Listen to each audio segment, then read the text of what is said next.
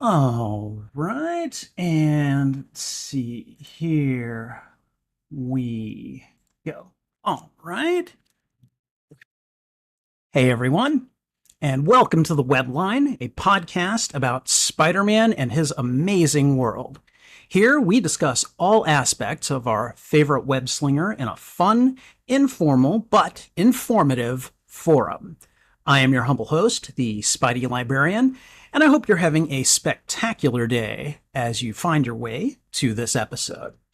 If you're joining the webline on the live stream, be sure to thwip the like button and subscribe to the channel. I'll be interested to hear your thoughts on today's topic, so please be sure to sound off in the chat and let us know how you plan to celebrate Spider-Man Day. Today, I'm excited to bring you another solo installment to talk about the informal holiday we all know and love as Spider-Man Day. This arachnotastic day is when social media goes into overdrive to celebrate our beloved wall crawler's existence and influence on popular culture. I've done a little bit of research on when and how Spider-Man Day as it currently is came to be celebrated, and I'm happy to share my meager nuggets of knowledge with you. We'll also go over some fun facts about the web slinger, talk about how this day is celebrated, and sound off on why we love Spider-Man as much as we do. But before we do a daring dive into our timely topic, it's time to dish on the latest Spiderific developments with our knockout news segment, The Bugle News Flash. For our first item, in the comics, there is an upcoming gang war storyline coming to Spider titles in November. This is a thing that just sometimes happens in the comics. The Kingpin and Hammerhead and, sometimes Mr. Negative, Silvermane, whoever else, the Hobgoblin, whoever else decides they want to run the gangs of New York. They want control of all the superpowered organized crime that goes on. And so when they don't get along, there is a gang war, and usually Spidey and some of his more kind of street level allies get dragged into it. Looks like it'll be kicking off in Amazing Spider-Man and also involve Miles Morales' titles, but there are also going to be tie-ins for Luke Cage, Daredevil, Spider-Woman, and Shang-Chi. And I've also seen She-Hulk in some of the promotional images for this. I don't know how involved she'll be, but they put the Jade Giantess on there just to help drive people in to see it, I guess. Let's see. Marvel's Spider-Man 2 may be delayed or banned in some Middle Eastern countries. You may know a few weeks ago I talked about how Across the Spider-Verse was just kind of delayed or disappeared, or just, it had been gone from certain Middle East countries. I would imagine these are going to be the same Middle Eastern countries that they probably have that. Pardon me. It'll probably be those same countries, or at least a number of them, who decide that there are elements in Marvel Spider-Man 2, as decided that there was at least one element in Across the Spider-Verse that kind of made them go, yeah, no, we're not going to show this in our movie theaters. And that's sad, but, it happens. Fans in some of these countries have been unable to order the game. There have been conflicting stories about how, when they go to place a pre-order or something like that, on the PlayStation Store in that region, it says availability to be determined. Or I think one person claims that they were able to place a pre-order, but then they got their money refunded back to them, and now it's the listing is just gone entirely. People have reached out to Sony for comment on this, and there has not been any official response from them. So I don't know what the deal is here, but it seems to be an issue. Last week or a couple weeks ago, we mentioned that the Marvel Spider-Man 2, they were going to be selling these gaming console covers, as well as the specialized versions of the gaming controllers. Uh, and it looks like the covers have sold out. They are already gone. They just went on sale on Friday. They're already gone. Now there's the possibility that there will be restocks, but I don't know when or how. But there are YouTube channels and influencers kind of already claiming that they know how to work the system. I'm in no position to debate them, so maybe they do. So I guess keep an eye on those. If you haven't gotten a cover and you still want one, go for it. I myself would really like one. I'd love to get a cover. I'm considering ordering one of the controllers because they look really nice, but they ain't cheap either. So it kind of depends on what you want to do. So, and then finally, perhaps the biggest news item of the day is that Sony has updated the release dates of all of its major films. Now, let's just be honest here. We know why this is. We know why this is happening. It's because of the writers and actors strike.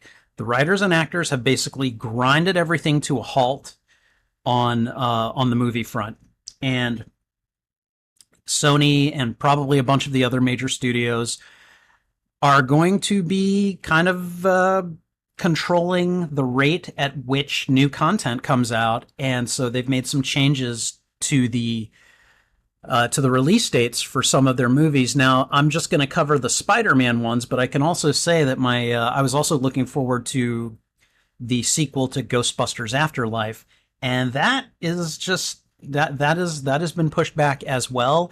It was supposed to come out earlier this year. I think we all knew that wasn't going to happen, so now it's been pushed to March 29th, which was the release date, the intended release date for Spider-Man Beyond the Spider-Verse. I don't think anyone ever believed that was actually going to happen, but it's officially been pushed back now. No date for Beyond the Spider-Verse, which again does not surprise me. With the writers and actors strike, this is going to affect a whole bunch of productions, not just Spider-Man related ones. And I, for one, am cool with it. I'm like, you know what? Go ahead, wreck them. Go ahead and do the thing. But other Spider-Man titles that Sony was going to release, Madam Web has actually got its date pushed up. It was originally going to be released on February 16th, 2024. It has now been pushed up by 2 days. It will be released on Valentine's Day, February 14th, 2024. There is a third Venom movie that I'm guessing was in development that is not going to be right now. As long as the actors and writers are striking, nothing is happening.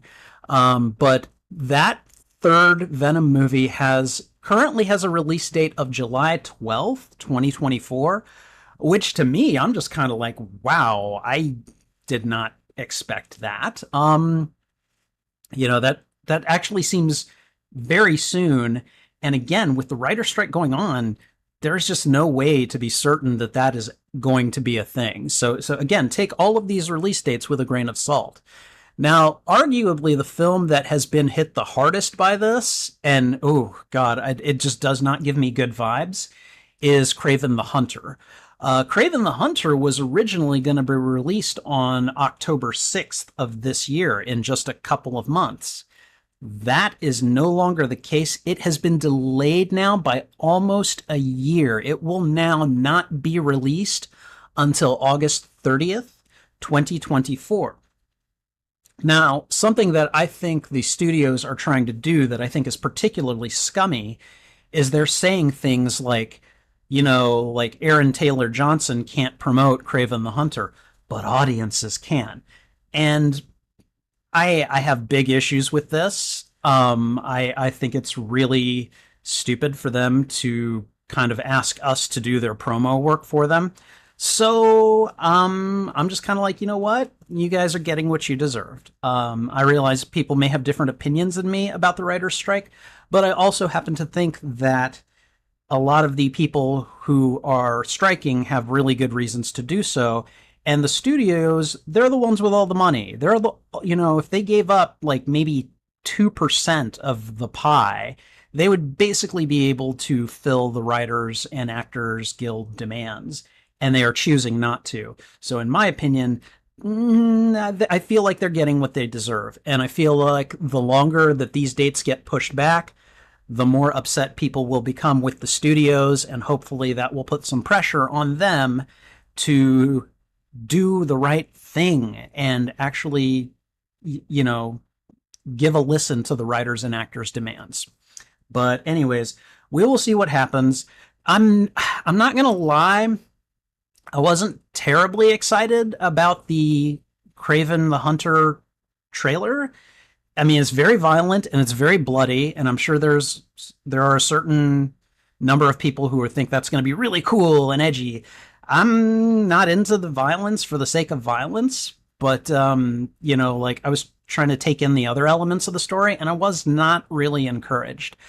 The fact that they are delaying it tells me that they don't have very much confidence in the way that the film is.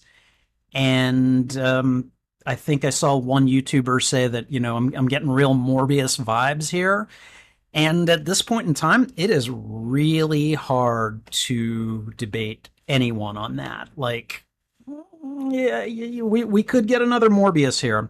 I mean, I'm still going to go see it whenever it releases, but I don't exactly have wonderful things to say about Morbius either.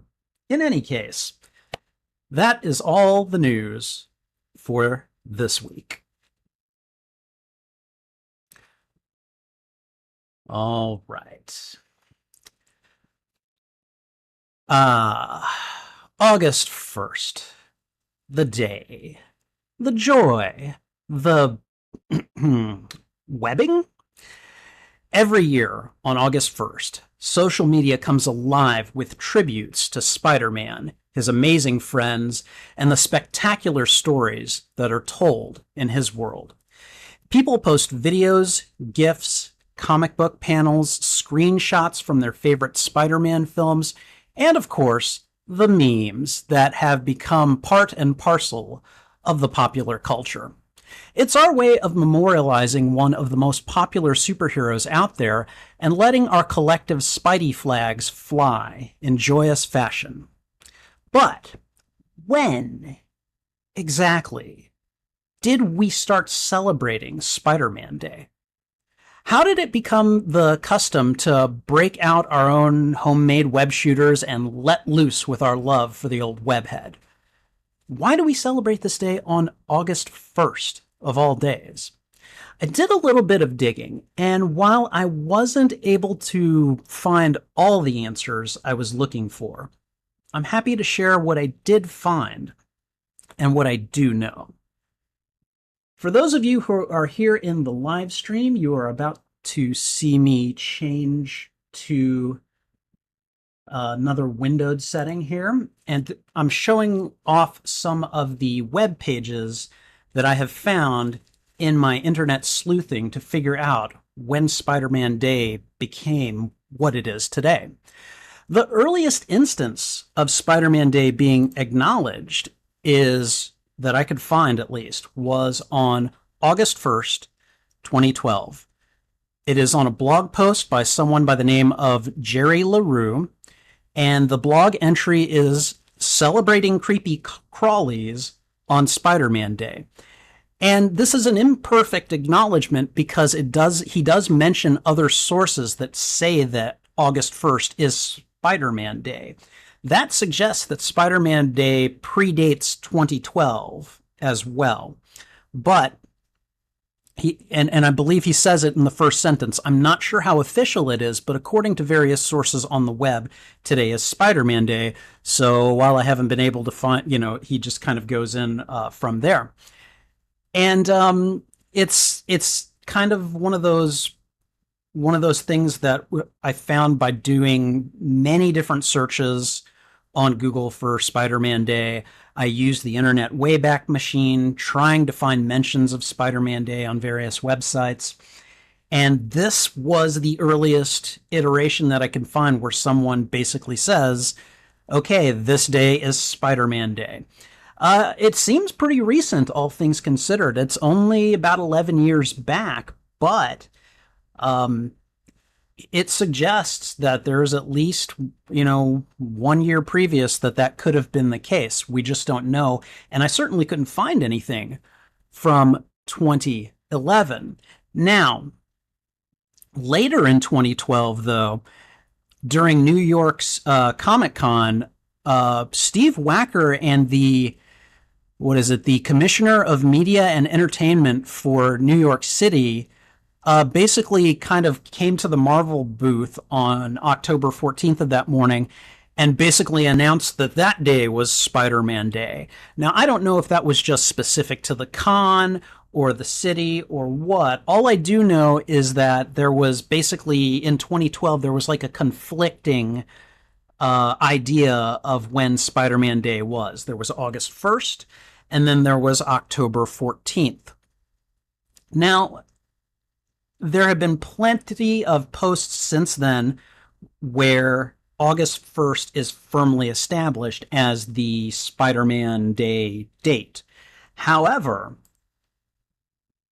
this is a blog post right here from 2013 where the blogger basically calls October 14th Spider-Man Day. So this is, again, 2012. We had an acknowledgement of Spider-Man Day on August 1st. Then in October at New York City Comic Con, on October 14th, they declare that that day is Spider-Man Day. Then in 2013, we have a blogger who has picked that up and run with it. However, by the time we get to 2014, sources like the Houston Chronicle are basically acknowledging that Spider-Man Day is on August 1st. And so that seems to be, the August 1st date seems to have kind of snowballed the October, the October 14th uprising, if you will. And I think since 2014, we have simply had the kind of shorthand acknowledgement that this is Spider-Man Day, and that's just kind of the way that it's been since then. And that is a-okay. I am happy for the confusion to be gone, but I think that tiny little conflict, at least at the beginning, was really, really interesting, and I think deserves a little bit of notice. Now, there are some sources on the internet that incorrectly assert that Spider-Man Day was established on August 1st, 1962, in order to commemorate Spider-Man's first appearance.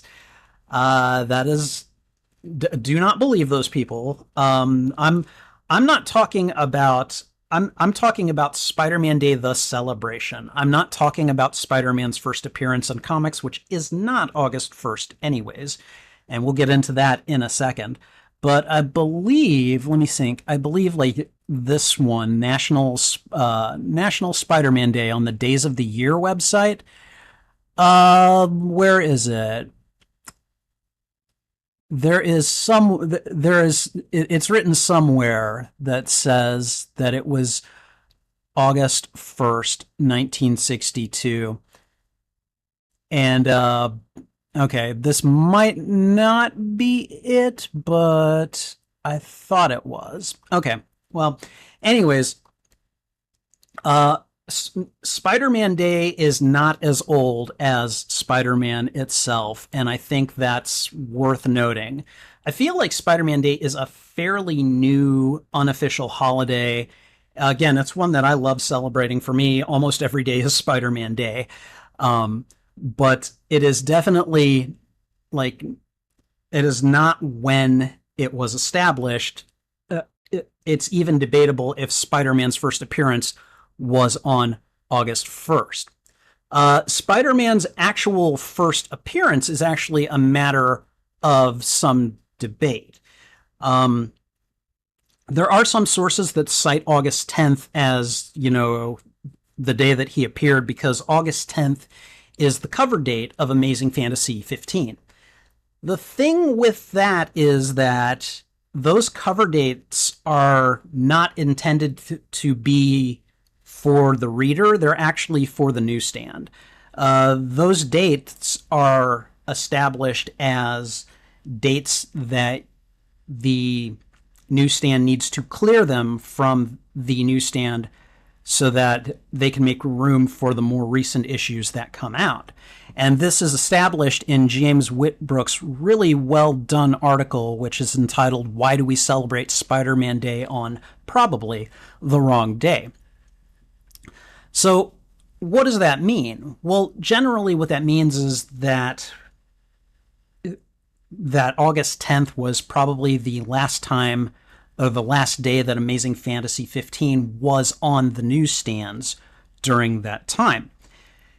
How much time would the magazine or the comic, how much time would the comic have had? It would have had about 2 months on the newsstand. So a lot of comic book historians think that the likely first appearance of Spider-Man occurred sometime around June 5th, 1962. Now, the reason that we celebrate Spider-Man Day on August 1st, however, is because that cover date is kind of a big indicator, even if it doesn't indicate what people think it does. And then the other thing is that August 1st is just really easy to remember, and so it just makes a very nice shorthand for being the day that we want to celebrate Spider-Man. And I think that that works out pretty well. I think that overall we've done a good job of kind of hewing to that. And whenever August 1st comes around, social media just lights up with hey, happy Spider-Man Day. I do it as well, and hopefully you guys do hopefully you guys do also. All right, so with that kind of sleuthing done and out of the way, let me just say hello to Wolf MCOC for joining me on the stream today, as well as Cam Master Gaming. How are you today? All right, so we're going to go into a few Spider-Man creation facts. I imagine if you're listening to a Spider-Man podcast, you may know some of these already, but that is a-okay because they're always fun to go over. So when Spider-Man was first created by, Stan Lee, when he approached the publisher with the idea of Spider-Man, it was initially met with resistance, if not outright hostility. The publisher, Martin Goodman, I believe his name was, he had big issues with Peter Parker and Spider-Man as Stan had presented him. No one likes spiders, he says. No one is going to care for spiders. They're creepy. That's just not going to fly.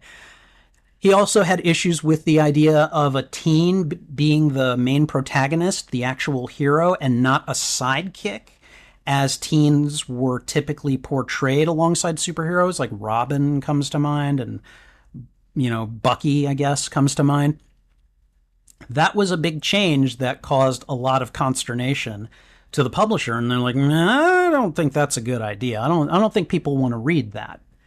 Finally, they had issues with why anyone would possibly want to know about their personal problems. Like, superheroes don't have personal problems. Why are people going to want to read about, him not being able to make rent, or, his love life or anything like that? No one cares for that sort of thing.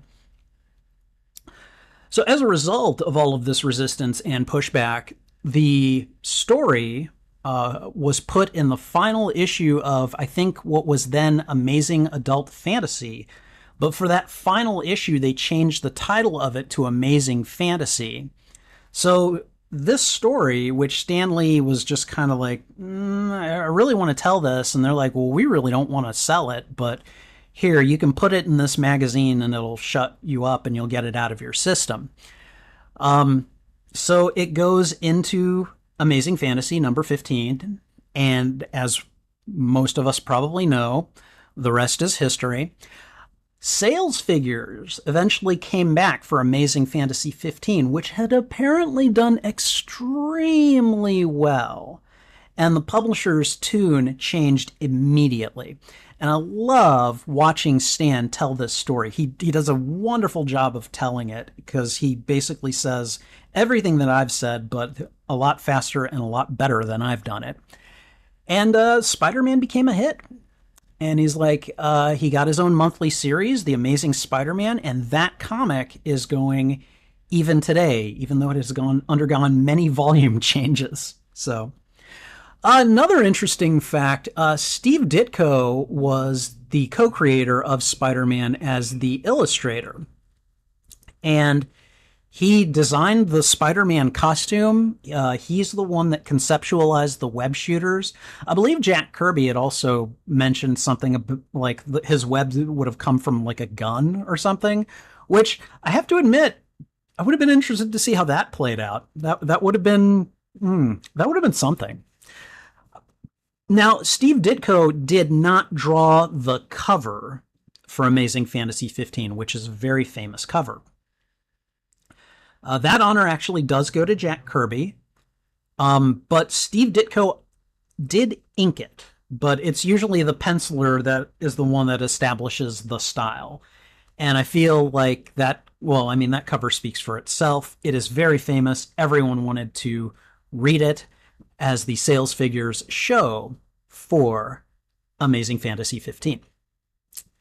We're going to go ahead and move into the cultural impact of Spider-Man. And simply put, Spider-Man has become a beloved character for multiple generations of fans, as you can tell by simply looking at the sheer volume of media featuring the character. He's on stickers, toys, artwork, Funko Pops, lamps, mugs, drinking glasses, enamel pins, and even clothes. I'm gesturing to the compression shirt that I'm wearing for this episode. You can read, watch, and even play the wall crawler in just about any way you want. To say that Spider-Man is a pop cultural phenomenon with a deep impact on the cultural psyche of the world is putting it pretty lightly. The Amazing Spider-Man comic has been so popular that Spider-Man has at times gotten additional titles that ran alongside it. Some of these titles include Web of Spider-Man, The Spectacular Spider-Man, Spider-Man Unlimited, and even a plain old adjectiveless Spider-Man. Spider-Man has been appearing in televisions in both animated and live-action form since 1967. From the deliciously iconic and memeable Spider-Man cartoon to the oft-forgotten live-action outing, The Amazing Spider-Man, featuring Nick Hammond as Peter Parker, to the currently upcoming Spider-Man freshman year, there's no shortage of ways to see the wondrous webhead on the small screen. And then there are the movies. Since 2002, there have been no fewer than 10 feature-length Spider-Man films, most of which have been blockbuster successes, pulling in hundreds of millions of dollars for Sony Pictures and delighting moviegoers everywhere. There are several Spider-Man adjacent movies of varying quality that have spun off from characters who have traditionally had significant experiences with Spider-Man, including Venom, Morbius, and the upcoming Kraven the Hunter. Even if he's not in them, the wall crawler's influence on the movies can still be felt. Spider-Man has been appearing in video games since 1982. That's over 40 years. The character has featured in a number of adventures across a wide variety of computer, console, and handheld platforms over the years. Players can utilize Spider-Man's wondrous abilities, inventions, and fighting moves in a variety of ways in a number of titles over the last few decades. A small sample of some notable ones include Spider-Man vs. the Kingpin, Spider-Man and Venom Maximum Carnage, Spider-Man Shattered Dimensions, Spider-Man Unlimited, and, of course, Marvel's Spider-Man, Marvel Spider-Man Miles Morales, and the upcoming Marvel's Spider-Man 2.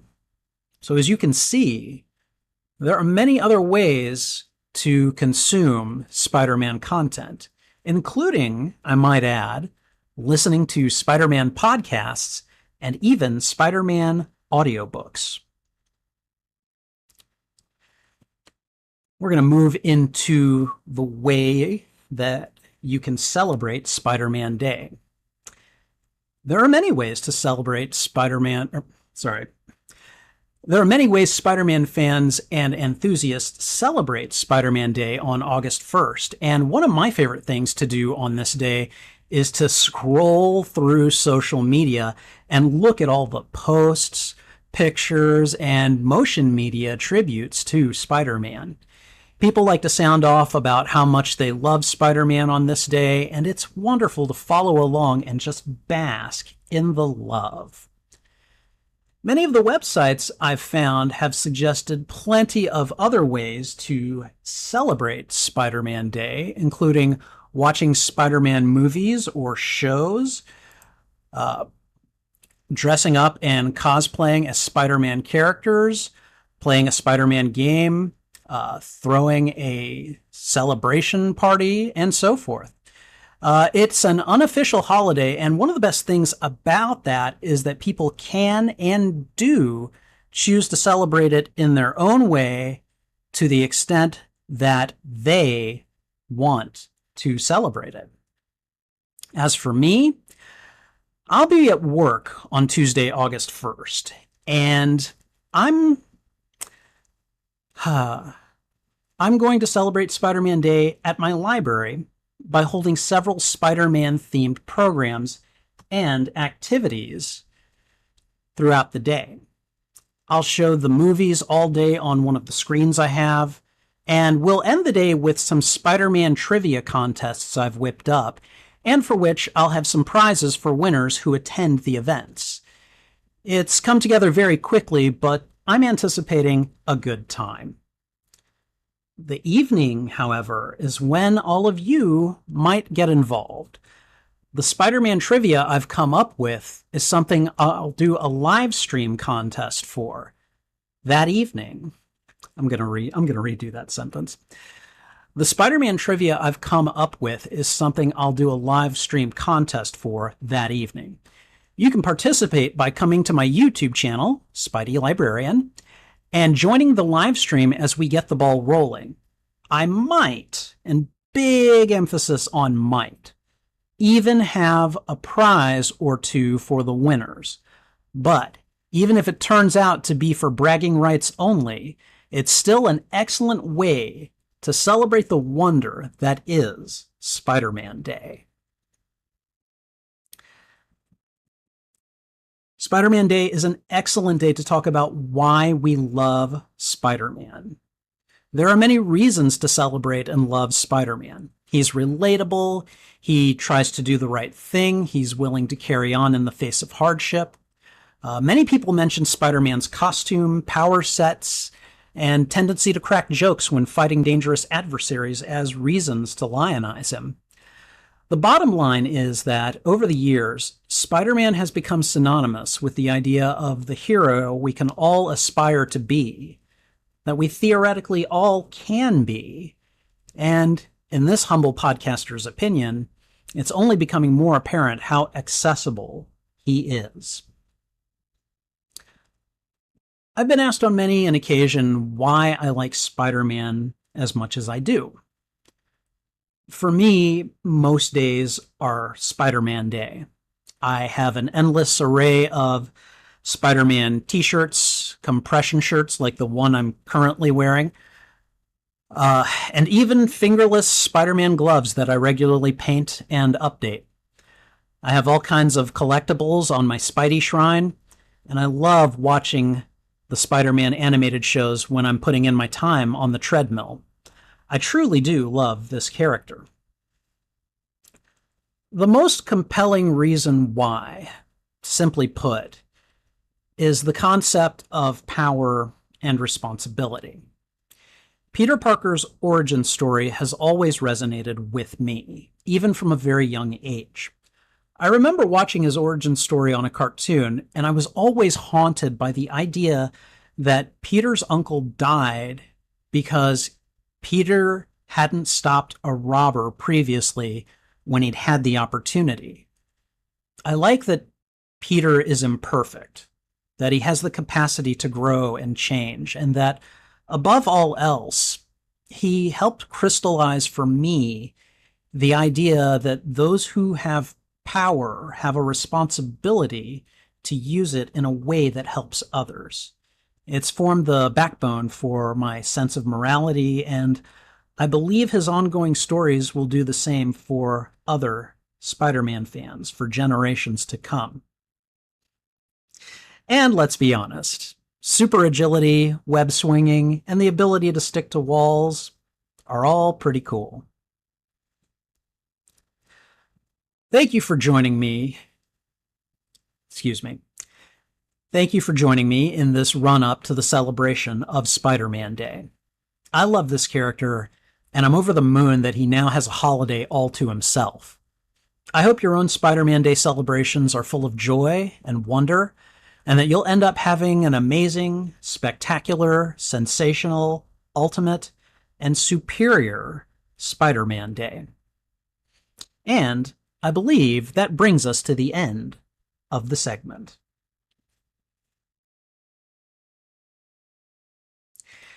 If you enjoyed this episode of The Webline, please be sure to like and subscribe to the podcast on my YouTube channel, simply named Spidey Librarian, where the podcast is live streamed regularly and where I maintain a playlist for the live streams. The Webline is also available on audio providers, so when you see us on Spotify, Stitcher, Google Podcasts, Apple Podcasts, or another such service, please leave a review and rating, and if you can, follow us. You can find me on my socials under the name Spidey Librarian on Threads, Twitter, Instagram, WordPress, and Twitch. Finally, if you'd like to shoot me an email, you can contact me at spideylibrarian@gmail.com, where I'll be happy to hear your thoughts, rants, and ideas. Who knows? Your email might be featured in an upcoming episode. Next Sunday, I'll be taking a brief break from live streaming the Webline, but be sure to join us in 2 weeks the following Sunday, where I'll be undertaking my second retro review. The topic? The 2004 masterpiece that is Sam Raimi's Spider-Man 2. Thank you for listening, and until the next episode, I'll be wishing you a good day. Bye.